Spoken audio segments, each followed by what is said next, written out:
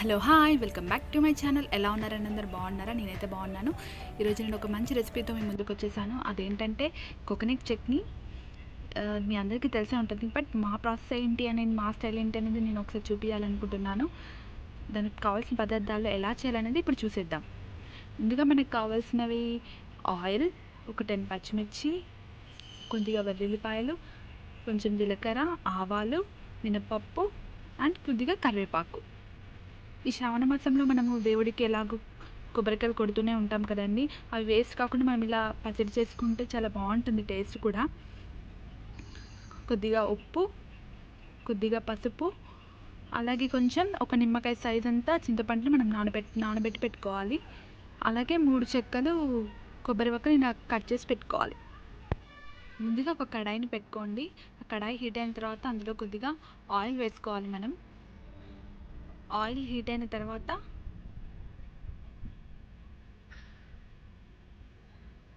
అందులో పచ్చిమిర్చి వేసుకోవాలి. పచ్చిమిర్చి వేసి వాటిని వేపుకోవాలి. మీలో ఎవరైనా నా ఛానల్ని ఫస్ట్ టైం కనుక చూస్తున్నట్టయితే నా ఛానల్ని సబ్స్క్రైబ్ చేసుకోండి. సో దట్ ఫర్దర్గా నేను ఏ వీడియోస్ చేసినా కూడా మీకు నోటిఫికేషన్ వస్తుంది. చూసారా, పచ్చిమిర్చి వేగిపోయింది కదా. ఇప్పుడు మనం వాటిని ఒక ప్లేట్లోకి తీసేసుకుందాం.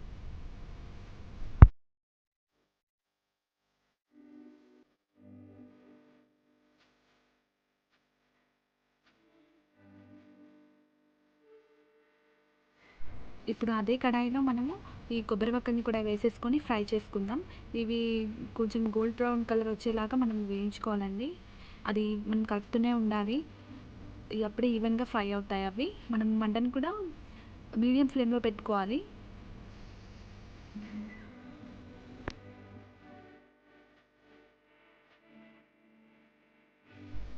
చూసారా, కలర్ అనేది చేంజ్ అయిపోయింది కదా. ఇప్పుడు మనం వాటిని ఒక ప్లేట్లోకి తీసేసుకుందాం.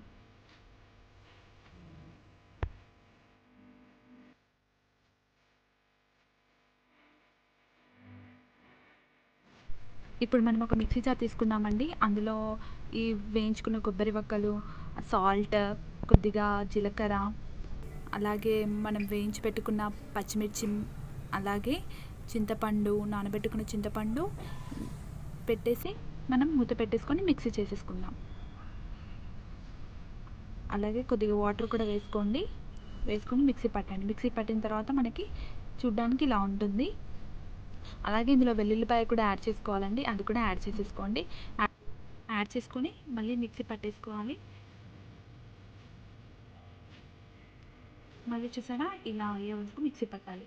మళ్ళీ మనం అదే కడాయిలో మనం కొద్దిగా మళ్ళీ ఆయిల్ వేసేసి,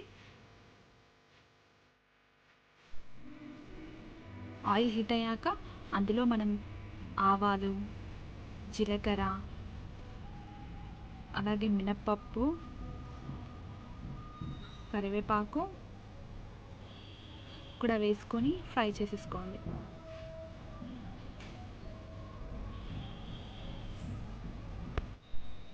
కొద్దిగా పసుపు కూడా వేసేసుకొని అన్నీ కూడా కొద్దిగా ఫ్రై అయ్యేలాగా కలుపుకోండి. అవి ఫ్రై అయిపోయిన తర్వాత మనం ఇప్పుడు మిక్సీ చేసి పెట్టుకున్నాం కదా, ఆ పేస్ట్ని, కొబ్బరి పేస్ట్ని అది ఇందులో వేసేసి మళ్ళీ మనము కొద్దిగా ఫ్రై చేసేసుకోవాలి.